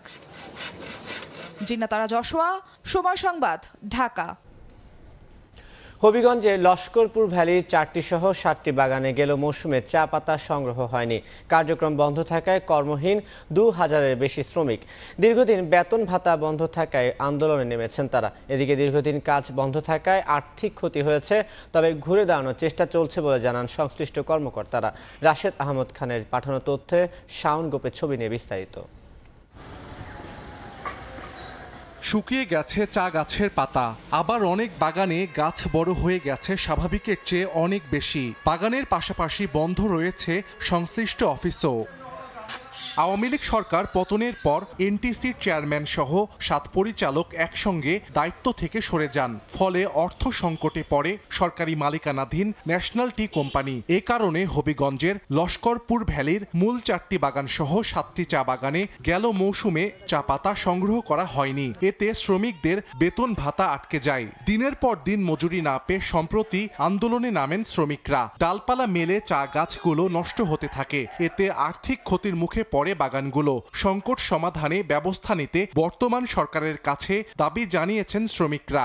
3-4 ফুট করে লম্বা হয়ে গেছে, এই পাতা দিয়ে তো আর চা পাতা হবে না। গুরুত্বপূর্ণভাবে বিষয়গুলো না দেখার কারণে আজকে আমাদের এই অবস্থা হয়েছে। বাগানগুলো অনেক খারাপ হয়ে গেছে। 3-3.5 মাস থেকে তলব পাচ্ছে না, উচিত কাম করলেও তলব পাচ্ছে না। নার্সারিতে যে চা গাছগুলো আছে এইগুলাও একবারে অতিরিক্ত শুকিয়ে যাচ্ছে এই বাগান বন্ধ থাকার কারণে। দীর্ঘদিন বাগান বন্ধ থাকায় ক্ষতি হয়েছে, তবে ঘুরে দাঁড়ানোর চেষ্টা চলছে বলে জানান সংশ্লিষ্ট কর্মকর্তা। 1.5-2 মাস থেকে আমাদের বাগান বন্ধ ছিল, এখন আমরা পেমেন্টও অতি শীঘ্রই আমরা পেমেন্টও দিয়ে দেবো। সবকিছু স্বাভাবিক হয়ে যাবে বাগান আগের মতো ইনশাল্লাহ। হবিগঞ্জের চণ্ডীছড়া ও পারকুল এবং মাধবপুরের তেলিয়াপাড়া ও জগদীশপুর বাগানে 2000-এর বেশি শ্রমিক কাজ করেন। সময় সংবাদ, হবিগঞ্জ। পোকার আক্রমণে বিপর্যয় দেখা দিয়েছে জামালপুরের গোল বেগুন আবাদে। মরে যাচ্ছে গাছের পাতা, নষ্ট হচ্ছে বেগুন। সার ও কীটনাশক দিয়েও সুফল পাচ্ছে না কৃষক। এতে লোকসানের আশঙ্কা তাদের। কীটনাশক প্রয়োগে কৃষি বিভাগে পরামর্শ নেওয়ার আহ্বান কর্মকর্তা। জাহাঙ্গীর আলমের পাঠানো তথ্য, আবুল কালাম আজাদের ছবি নিয়ে বিস্তারিত। বিস্তীর্ণ এলাকা জুড়ে চাষ করা হচ্ছে বেগুন, তবে কোনো গাছের পাতা মরে যাচ্ছে, আবার কোনো গাছের বেগুন পচে যাচ্ছে। জামালপুর সদর, ইসলামপুর ও মিলানদহ উপজেলার চরাঞ্চলে চাষ হচ্ছে গোল বেগুন, তবে চলতি শীত মৌসুমে পোকার আক্রমণে নষ্ট হচ্ছে ফলন। কৃষক বলছেন, সার ও কীটনাশক প্রয়োগ করেও মিলছে না কোনো ফলাফল। বিঘা প্রতি ৬০ থেকে ৭০ হাজার টাকা খরচ হলেও বেগুন নষ্ট হওয়ায় লোকসানের শঙ্কা তাদের। এমনকি বাজারে বিক্রিও কমে গেছে গোল বেগুনের। খরচ বেশি কিন্তু ফলন কম যাই হয়েছে। এই গুলবাগুনের মধ্যে পোকা ছাড়া আর কিচ্ছু নাই। পানি বিষ দেওয়া হইতাছে, তাও সারান গেতেছে না। গাছ পারকা বিষ সার জাকুন সব ডুপ্লিকেট, যা দিয়েছি কাজই করে নাই। 1 বিঘা বাগুনের কথা 12 খাঁচা বাগুন। 1000 আঙ্গা কমেছে, আগে থেকে মেলা কমেছে, 1500 মন আঙ্গা। ব্যবসা খালি লস। এই অবস্থায় আঙ্গর দিন চলতেছে। কীটনাশক প্রয়োগের ক্ষেত্রে কৃষকদের পরামর্শ নেওয়ার আহ্বান কৃষি কর্মকর্তার। সংশ্লিষ্ট কৃষকদের অনুরোধ করছি যে ফেরোমন ট্র্যাপ ব্যবহার করার জন্য জমিতে, যেটা পরিবেশ বান্ধব হবে এবং সাশ্রয়ী হবে। কৃষি কর্মকর্তা সুনির্দিষ্ট পরামর্শ নিয়ে যেন কীটনাশক ব্যবহার করা হয়, এতে তাদের খরচও কমবে এবং পোকা নিয়ন্ত্রণ করা সহজ হবে। কৃষি বিভাগের তথ্য মতে চলতি বছর জামালপুরে ৪৫৫০ হেক্টর জমিতে বেগুনের আবাদ করা হয়েছে। সময় সংবাদ, জামালপুর। চাঁদপুরে পাইকারি হাট পালবাজারে শীতকালীন সবজির সরবরাহ বেড়েছে, দামও হাতের নাগালে। এতে ক্রেতা স্বস্তি জানালেও ন্যায্য দাম না পাওয়ার দাবি কৃষকের। নাইমুল ইসলামের নীরবের ক্যামেরায় ফারুক আহমদের রিপোর্ট। ভোরের আলো ফোটার সঙ্গে সঙ্গে ক্রেতা এবং বিক্রেতার হাঁক ডাকে সরগরম চাঁদপুরের পালবাজার। টমেটো, কাঁচামরিচ, বেগুন, আলু, মূলা, করলা, কুমড়ো সহ নানা সবজিতে সয়লাভ বাজার। বাজারে সবজির সরবরাহ ভালো থাকায় দাম কমেছে, এতে স্বস্তিতে আছেন ক্রেতারা। তবে দাম কমায় অসন্তোষ প্রকাশ করেন বিক্রেতারা। সার সহ অন্যান্য কৃষি উপকরণ দাম বাড়ায় লাভ হচ্ছে না বলে অভিযোগ কৃষকের। এই বাজারে সবগুলা সবজি কমে পাওয়া যায় এবং সবগুলা সবজি পাওয়া যায় এদিকে ঠিক মতো। 30 টাকা করে করলা, সারের দাম যেই সার আসলো 1000 টাকা বস্তা, এটা 1600 টাকা বস্তা। দাম সবজির দাম আমদানি হয়েছে অনেক, এই কারণে সরবরাহটা বেড়ে গেছে। চাঁদপুর পালবাজারে প্রতিদিন ভোর 6টা থেকে বেলা 11টা এবং বিকেল 4টা থেকে সন্ধ্যা 7টা পর্যন্ত দুদফায় পাইকারি দরে সবজি কেনাবেচা হয়। ফারুক আহমদ, সময় সংবাদ, চাঁদপুর। দেখছেন ভোরের সময়। 1 জানুয়ারি থেকে বন্ধ হয়ে যাচ্ছে বিশ্ব সাহিত্য কেন্দ্রের ভ্রাম্যমাণ লাইব্রেরির সব কার্যক্রম। এদিকে চালু রাখার দাবিতে রাজধানীতে বিশ্ব সাহিত্য কেন্দ্রের কর্মচারীরা ভবনের সামনে অনশন করছেন। প্রকল্পের মেয়াদ শেষ হয়ে যাওয়া এই সিদ্ধান্ত বলে জানিয়েছেন পরিচালক। আলোকিত মানুষ চাই প্রতিপাদ্য নিয়ে ঘুরে ঘুরে পাঠকের হাতে বই পৌঁছে দিতে এবং পাঠ্যাভ্যাস গড়ে তুলতে বিশ্ব সাহিত্য কেন্দ্রের নিজস্ব উদ্যোগে 1999 সালে যাত্রা শুরু হয় ভ্রাম্যমাণ লাইব্রেরির।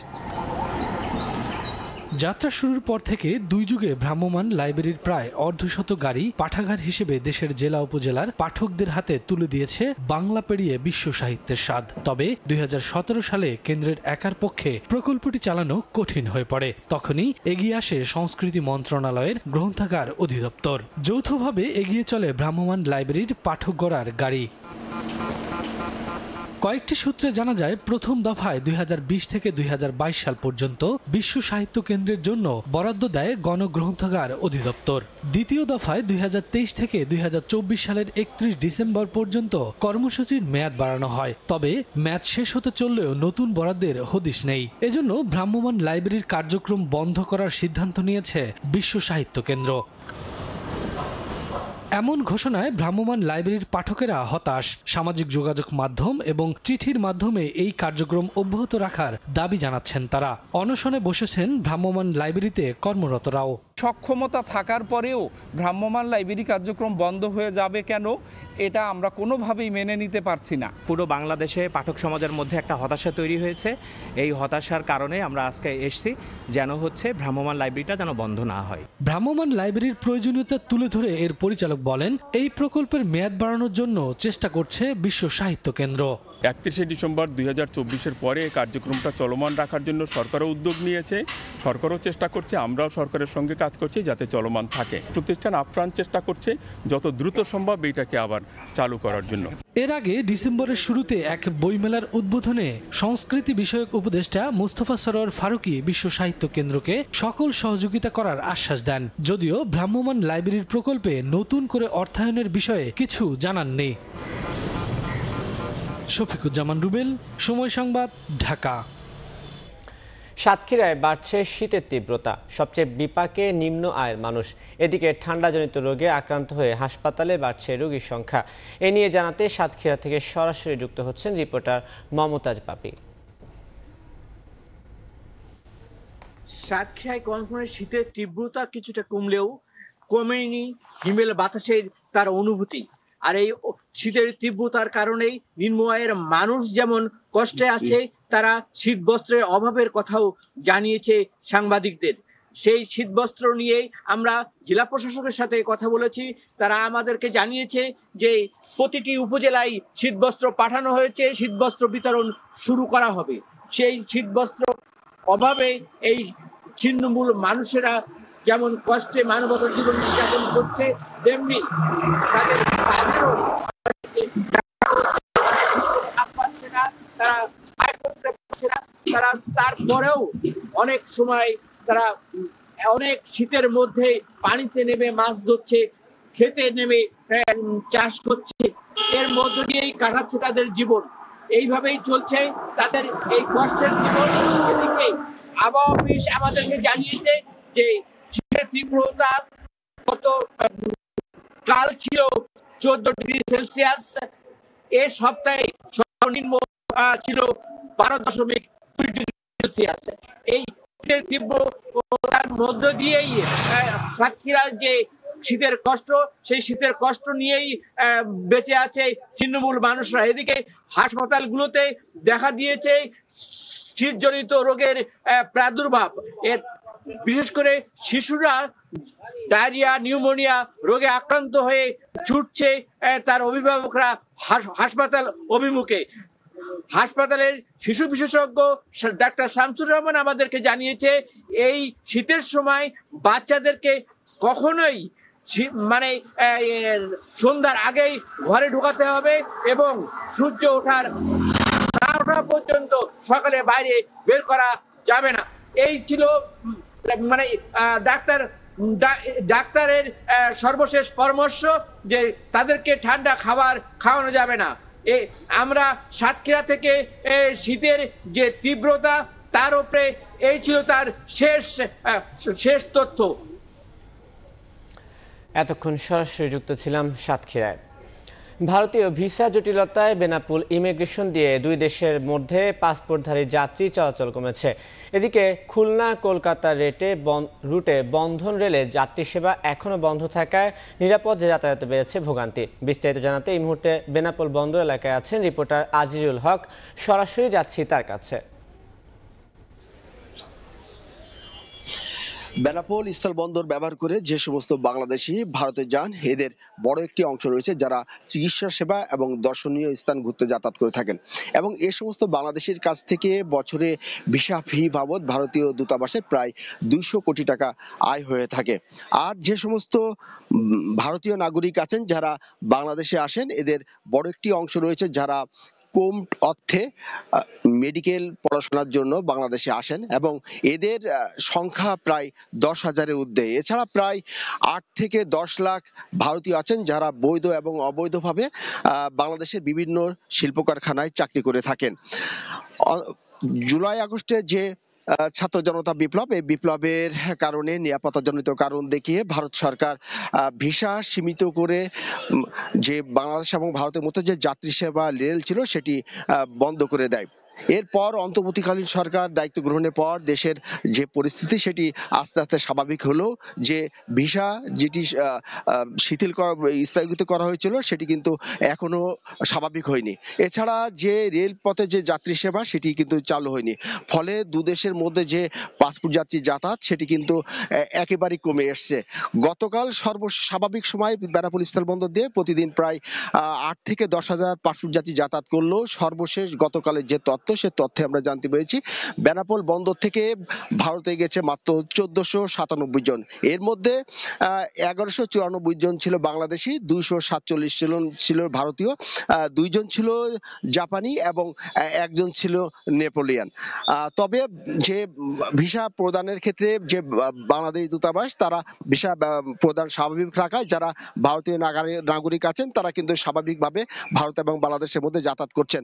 তবে বাংলাদেশি ভিসা সীমিত করায় কিন্তু যারা ব্যবসা বা চিকিৎসার জন্য ভারতে যাতায়াত করতেন তারা কিন্তু এখন বড় ধরনের সমস্যায় পড়েছেন। শুধু বাংলাদেশিরা সমস্যায় পড়েনি, আমরা যেটি জানতে পেরেছি যারা ভারতের পশ্চিমবঙ্গে ব্যবসা বাণিজ্য বা বড় একটি অংশ কিন্তু নির্ভরশীল, যারা বিশেষ করে হোটেল ব্যবসা তারা কিন্তু নির্ভরশীল বাংলাদেশিদের উপর, ফলে তারাও কিন্তু বিপাকে পড়েছেন এই বাংলাদেশিদের ভারতে যাতায়াতের সুযোগ কমে আসায়। আপনি জানেন এ পথে যারা চিকিৎসা ব্যবসা বা সেবার জন্য যারা ভারত এবং বাংলাদেশের মধ্যে যাতায়াত করেন এরা কিন্তু যদি বিশেষ করে যারা ব্যবসার কথা যদি আপনাকে বলি যে আমদানি এবং রপ্তানি বাণিজ্যের ক্ষেত্রে কিন্তু ভারতীয়দের বাংলাদেশে আসতে হয় এবং বাংলাদেশিদের কিন্তু ভারতে যাতায়াত করতে হয়। তবে এই ভিসা প্রদান বন্ধ থাকায় কিন্তু বাণিজ্যে কিন্তু বড় ধরনের বিঘ্ন সৃষ্টি হচ্ছে।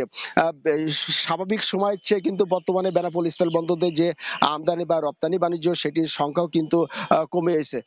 আমরা কথা বলেছি সাধারণ যারা পাসপোর্ট যাত্রী তাদের সাথে কথা বলেছি, তারা আমাদেরকে বলেছেন যারা চিকিৎসা সেবা এবং ব্যবসার জন্য ভারতে যাতায়াত করেন ভারত সরকার তাদের যেন এই ভিসা ব্যবস্থা শিথিল করে। আমরা কথা বলেছি যারা ভারতীয় নাগরিক যারা বাংলাদেশে আসছেন তারা আমাদেরকে যেটি জানিয়েছেন যে ভিসা প্রদানের ক্ষেত্রে তাদের কিন্তু কোনো বাধা নাই, বাংলাদেশ যে দূতাবাস আছেন তারা কিন্তু স্বাভাবিকভাবে পূর্বের মতো তাদেরকে ভিসা দিচ্ছেন, ফলে তারা বাংলাদেশে যে শিক্ষা গ্রহণের মেডিকেল পড়াশোনা করতে যে যাতায়াত করতেন বা চাকরির জন্য যে বাংলাদেশে আসা যাওয়া করতেন সেক্ষেত্রে কিন্তু তাদের কিন্তু কোনো সমস্যা হচ্ছে না। তবে বাংলাদেশিদের ভিসা বন্ধ থাকায় কিন্তু যা বাংলাদেশিরা বিপাকে পড়েছেন, বিশেষ করে তারা যে চিকিৎসা সেবা সেটা কিন্তু গ্রহণ করতে পারছেন না। যে স্বাভাবিক সময় কিন্তু বেনাপোল স্থলবন্দরে এই মুহূর্তে কিন্তু সব সময় 5 থেকে 7,000 পাসপোর্ট যাত্রী এই প্যাসেঞ্জার টার্মিনালের সামনে অবস্থান করছে।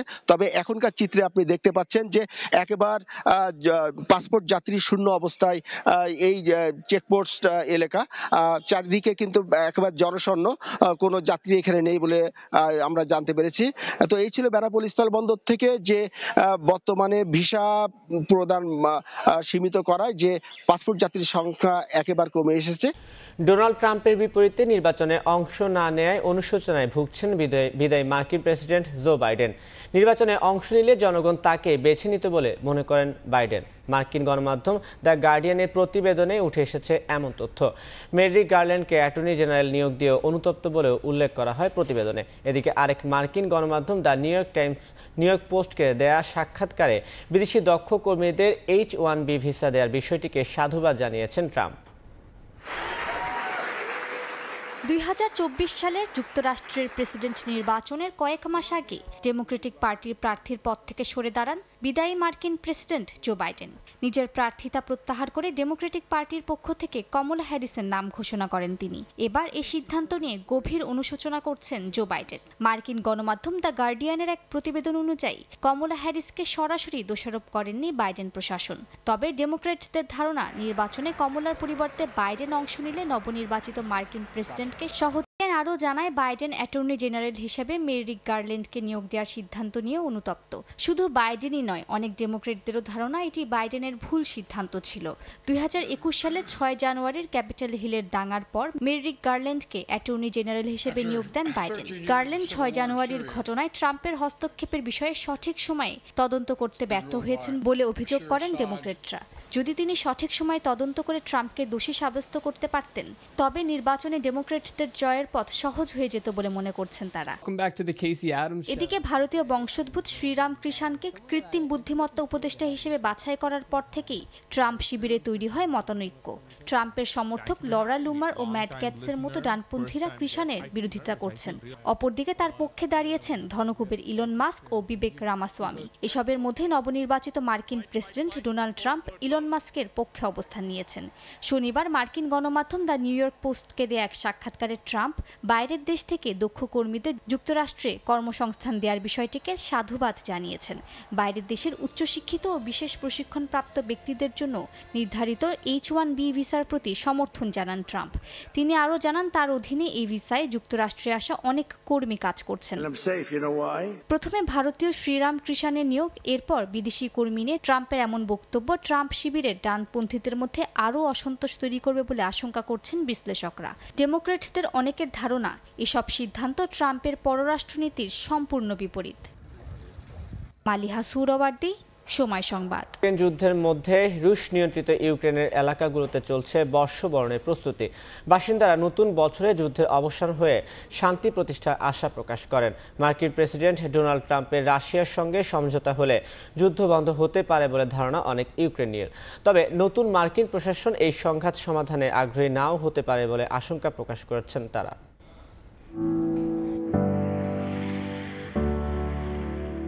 2 বছর ধরে রাশিয়ার সঙ্গে চলমান যুদ্ধে ইউক্রেনের শান্তি স্থিতিশীলতার কোনো ছোঁয়া নেই। তবুও এক বুক আশা ও প্রত্যাশা নিয়ে নতুন বছরকে বরণ করতে প্রস্তুত রুশ অধিকৃত ইউক্রেনের বিভিন্ন অঞ্চলের বাসিন্দারা। আলোকসজ্জায় আলোকিত চারপাশ। রাশিয়া ইউক্রেনের যুদ্ধের মধ্যেই সেভাস্তোপোল এবং মারিউপোল সহ রুশ নিয়ন্ত্রিত এলাকায় চলছে নতুন বছরের দিন গণনা। এমনকি আশ্রয়কেন্দ্রগুলোতেও উৎসবের ছোঁয়া দিয়েছেন স্থানীয়রা। নতুন বছরের উৎসবের আবহে সেভাস্তোপোল এবং মারিউপোলের বাসিন্দাদের মধ্যে মিশ্র প্রতিক্রিয়া দেখা গেছে। যুক্তরাষ্ট্রের রাজনৈতিক পরিবর্তনের প্রেক্ষাপটে এই দীর্ঘমেয়াদী সংঘাত অবসানের সম্ভাবনা বাড়তে পারে বলে আশা করছেন তারা। যুক্তরাষ্ট্র ও রাশিয়ার মধ্যে সমঝোতা হলে সংঘাতের সমাধান সম্ভব বলে মনে করছেন অনেকেই। আবার একাংশের ধারণা নতুন মার্কিন প্রশাসন এই সংঘাত সমাধানে আগ্রহী হবে না। নতুন বছরের আগমন ঘিরে আলোকসজ্জা আর উৎসবের মধ্য দিয়ে রুশ নিয়ন্ত্রিত এলাকার বাসিন্দারা শান্তি ফেরার প্রত্যাশা করছেন। নতুন বছরের যুদ্ধের অবসান ঘটবে এই আশায় দিন গুনছেন। তবে কূটনৈতিক আলোচনা কত দ্রুত ফল বয়ে আনবে তা নিয়ে প্রশ্ন বিশেষজ্ঞদের। ইয়াসিন মোহাম্মদ জিসান, সময় সংবাদ। ভোরের সময় বিপিএল এর আন্তর্জাতিক ইমেজ নষ্ট হয়ে গেছে অতীত কর্মকাণ্ডের জন্য, যে কারণে ভালো কোনো তারকা ক্রিকেটার আসেননি এবারের আসরে। বিসিবির বর্তমান কমিটি নানা উপায়ে উন্মাদনা তৈরি করার চেষ্টা করলেও বিপিএল নিয়ে আগ্রহ নেই স্থানীয় দর্শকদের। মন্তব্য সাবেক অধিনায়ক খালেদ মাসুদ পাইলটের। তবে আগামী আসর থেকে হোম অ্যান্ড অ্যাওয়ে পদ্ধতিতে আসর আয়োজন করতে পারলে পরিস্থিতি বদলাবে বলে আশা তার। গুঞ্জন আছে বিসিবিতে দায়িত্বশীল পদ পেতে যাচ্ছেন পাইলট। জানালেন সুযোগ পেলে কাজ করতে চান ক্রিকেটের স্বার্থে। আসর শেষ 10টা, শুরু হওয়ার অপেক্ষায় 11তম Bangladesh premier league cricket BPL. কিন্তু এত বছর পার করেও এখনও নিজেদের অবস্থান শক্ত করতে পারেনি ফ্র্যাঞ্চাইজি টুর্নামেন্টটি। এখনও আশপাশে কোনো লিগ চললে তারকা ক্রিকেটারদের দেখা পাওয়া যায় না বিপিএলে। বাংলাদেশের চেয়ে পাকিস্তান, দক্ষিণ আফ্রিকা কিংবা আরব আমিরাতকেই প্রাধান্য দেন সবাই। যার কারণ খুঁজতে গেলে দেখা যাবে বিগত বোর্ড কর্তাদের অনিয়ম, ফ্র্যাঞ্চাইজিগুলোর আর্থিক অসঙ্গতি, ক্রিকেটারদের পারিশ্রমিক ঠিকভাবে না দেয়া সহ নানা অভিযোগে অভিযুক্ত বিপিএল। আর এজন্যই বিদেশি তারকাদের অপছন্দের শীর্ষে বিসিবি আয়োজিত এই টুর্নামেন্ট। বিদেশিদের পাশাপাশি দেশেও খুব একটা হাইপ নেই বিপিএল নিয়ে। সরকারের সহযোগিতায় বিসিবি ভিন্ন ভিন্ন উপায়ে চেষ্টা করে গেলেও মোটা দাগে সফলতা নেই বললেই চলে। মূলত তারকাদের অভাব এবং ফ্র্যাঞ্চাইজিগুলোর সঙ্গে নিজেদের অঞ্চলের সংযোগ খুঁজে না পাওয়ায় স্থানীয় দর্শকদের এই আসন নিয়ে খুব একটা উন্মাদনা দেখা যায় না বলে মনে করেন জাতীয় দলের সাবেক এই অধিনায়ক। রিসেন্টলি 3-4-5 বছরে আমার কাছে মনে হয় বিপিএলটা নিচের দিকে ডেট্রোট করেছে, ইমেজটা নষ্ট করে ফেলছে। ইন্টারন্যাশনাল প্লেয়ারদের কাছে ইমেজটা নষ্ট হয়ে গেছে। রাতারাতি এই বছরে যে আপনি বিপিএলকে ম্যাচ সাকার করে ফেলবেন তা না, বাট আমার মনে হয় চেষ্টা করছে বিসিবি যে নতুন করে মেসেজ দেওয়া বিপিএলে যে আমরা নতুন করে করতে যাচ্ছি। তবে এখনই হতাশ হতে রাজি নন পাইলট। তার বিশ্বাস হোম অ্যাওয়ে পদ্ধতিতে টুর্নামেন্ট আয়োজন করে সব বিভাগীয় শহরে খেলাগুলোকে ছড়িয়ে দিতে পারলে আবেদন বাড়বে বিপিএল এর। এই বছর যদি কমিটমেন্টগুলো ভালো থাকে, প্লেয়ারদের সাথে টিমের কমিটমেন্ট, মাঠের সবকিছু প্রোডাকশন সবকিছু যদি ভালো হয়, বিপিএল কে প্রমোট করতে হলে আপনাকে হোম অ্যাওয়ে করতে হবে। রাজশাহী, খুলনাকে খুলনার ভেন্যু দিতে হবে, রংপুরে যেহেতু আপনার মাঠ নাই, স্টেডিয়াম নাই, বগুড়াতে তাদের অল্টারনেট ভেন্যু করে দিতে পারে রংপুরের ভেন্যুটা, রাজশাহীর ভেন্যু, সব জায়গায় যদি ডিভিশন ওয়াইজ যদি ভেন্যুগুলো হয়ে যায় ডিভিশন টিম, তাহলে কিন্তু আপনি হিউজ ক্রাউড পাবেন। ক্রিকেট পাড়ায় গুঞ্জন বিসিবির নবগঠিত একটি কার্যকরী কমিটিতে থাকছে খালেদ মাসুদ পাইলটের নাম। তবে জাতীয় দল সংক্রান্ত গুরুত্বপূর্ণ সেই কমিটির দায়িত্ব পাওয়া নিয়ে কোনো মন্তব্য না করলেও সুযোগ পেলে নিজের যে পরিকল্পনা আছে বেশ কিছু তা জানাতে ভুললেন না সাবেক ক্যাপ্টেন। আমাদের এই বয়সটা হচ্ছে ইম্পর্টেন্ট, যে আমরা খেলাধুলা করছি, এখন হচ্ছে আমাদের দেবার সময়। তো চেষ্টা করবো যদি সুযোগ আছে, অপরচুনিটি আসে, একদম পুরো আমার ব্রেনের মধ্যে আমার এক্সপিরিয়েন্স কি বলে সমস্ত কিছু প্ল্যান করে সবাইকে নিয়েই চেষ্টা করবো ইমপ্লিমেন্ট করা, যেগুলো আমাদের ইয়াং জেনারেশনের জন্য কাজে লাগে। বিসিবির শেষ নির্বাচনে রাজশাহী থেকে নির্বাচন করলেও সে দফায় জিততে পারেননি খালেদ মাসুদ পাইলট। নিয়ন মুহাইমিন, সময় সংবাদ। ভিন্ন এক দ্বৈরথের অপেক্ষায় বিপিএল। চট্টগ্রাম কিংসের মেন্টর শহীদ আফ্রিদি আর বরিশালের জার্সিতে মাঠ মাতাবেন শাহিন শাহ আফ্রিদি। যদিও এই দ্বৈরথ বেশ উপভোগ করবেন শাহিন। বাংলাদেশের পেস বিপ্লবে বিস্ময় ঝরল এই পাকিস্তান তারকার কণ্ঠে। প্রথমবারের মতো বিপিএল খেলতে এসে জানান নিজের মুগ্ধতার কথা। তামিম ইকবালের ডাকে বিপিএলে খেলতে এসেছেন বলেও জানান এই গতি তারকা। সাউদার্ন আর্মির জয়ে রাখতে চান অবদান। 6 ফিট 6 ইঞ্চির দীর্ঘকায় গড়ন, তর্কাতীতভাবেই এবারের বিপিএলের সবচাইতে বড় তারকা হোম অফ ক্রিকেটে শাহিন শাহ আফ্রিদি। অথচ এই মুহূর্তে তার খেলার কথা ছিল সাউথ আফ্রিকার বিপক্ষে টেস্ট সিরিজে, কিন্তু পাকিস্তানের গণমাধ্যমের দাবি বিশ্রাম নয়, অবাধ্য হওয়ারই শাস্তি পাচ্ছেন এই গতি তারকা। তবে আখেরে তাতে লাভ হয়েছে ফরচুন বরিশালের। ঢাকায় আসার 12 ঘন্টা না পেরোতেই অনুশীলনে Shahin Afridi.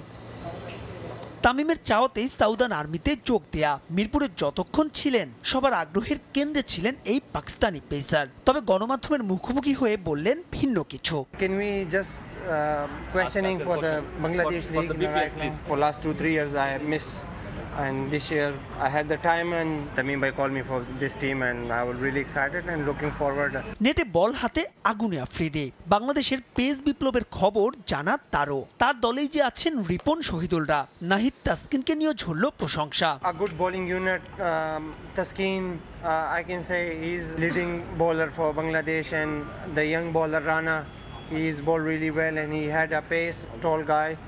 So I think for Bangladesh future there was many bowlers to come, and for them just for groom them and play for red ball cricket, because when you play red ball cricket you can improve more. এবারের BPL ভিন্ন এক কারণে বিশেষ শাহিন শাহ আফ্রিদির কাছে। চট্টগ্রামের mentor যে তারই শ্বশুর বুমবুম আফ্রিদি, তাই তো শ্বশুর আর জামাতার মাঝে প্রতিদ্বন্দ্বিতা দেখার অপেক্ষা। We play badminton to each other. So and for me it's good thing he's not playing. So we're not like facing each other in the ground. So he's a mentor and I hope the Bangladeshi youth and young cricketer will learn a lot from him.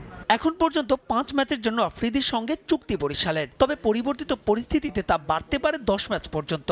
সংবাদ সম্মেলন শেষ করেও তাই দু একটা বাংলা বলার চেষ্টা। মাহবুব রিমন, সময় সংবাদ, ঢাকা।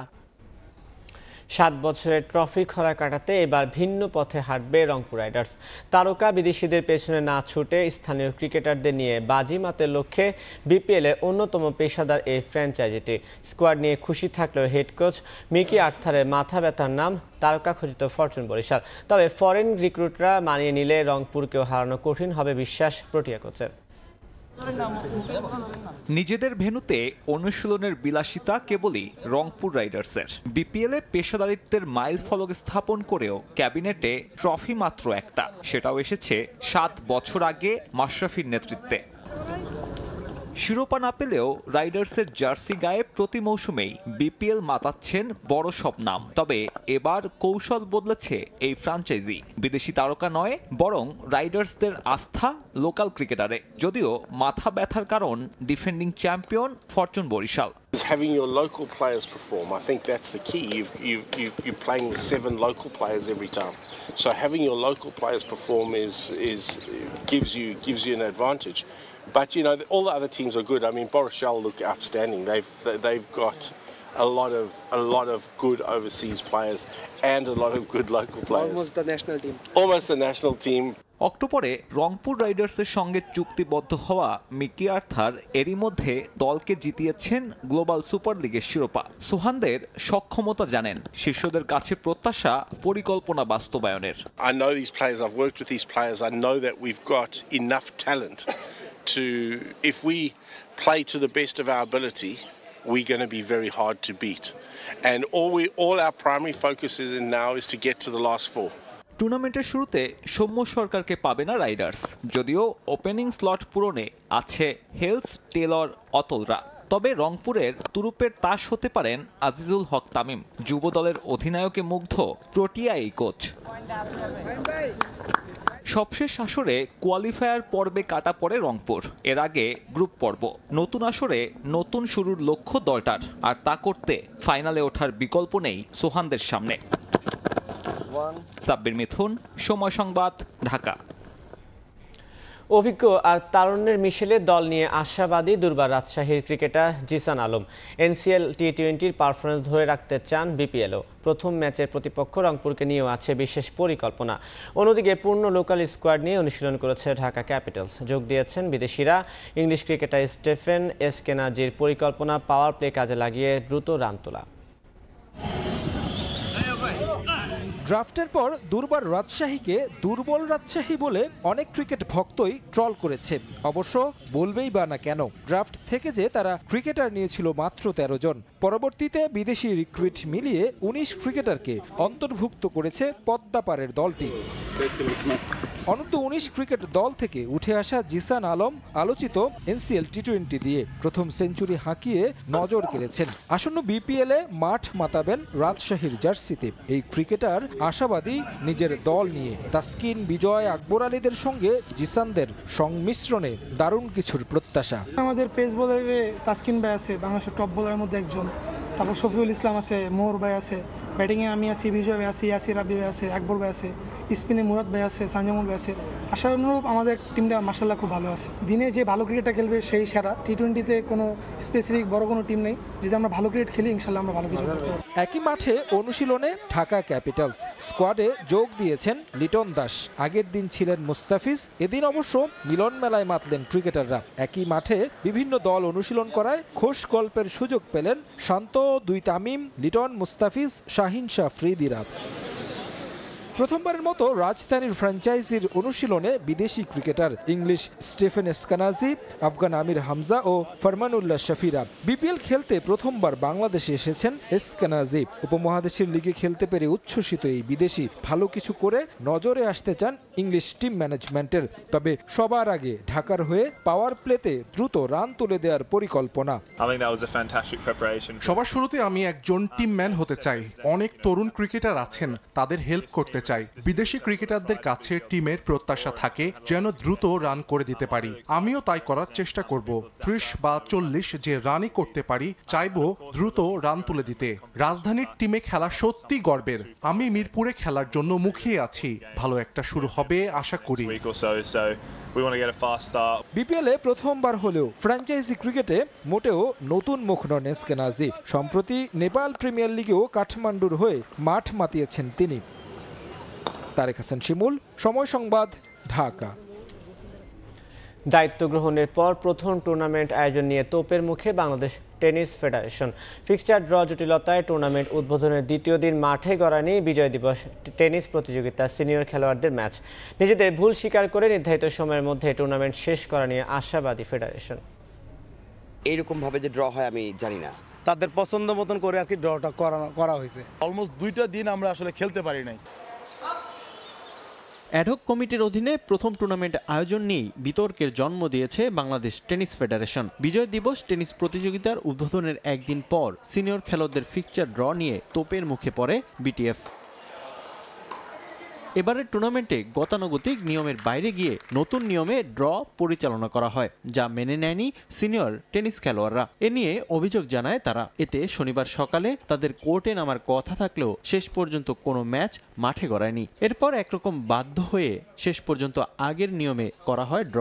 এতে টুর্নামেন্টের দ্বিতীয় দিনেও সিনিয়রদের খেলা মাঠে গড়ায়নি। এছাড়া ন্যাশনাল র্যাঙ্কিং পদ্ধতি নিয়েও অভিযোগ খেলোয়াড়দের। ন্যাশনাল টুর্নামেন্ট বেস করে তারা ড্র করে নাই।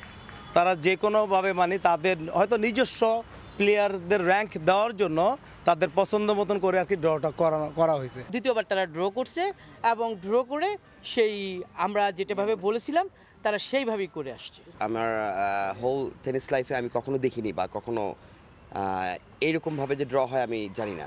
খেলোয়াড়ি জীবন বলেন, কোচিং পেশা আমরা এই প্রথমেই দেখতে পেলাম যে এই এত বছরের লাইফে কোনো একটা ন্যাশনাল টুর্নামেন্টের মেন্সের ড্র হওয়ার পরে সেই ড্রটাকে আবার চেঞ্জ করতে হয়েছে, আবার দুপুরে ড্র করা হয়েছে, সেই ড্র শেষ হতে হতে বিকাল হয়ে গিয়েছে।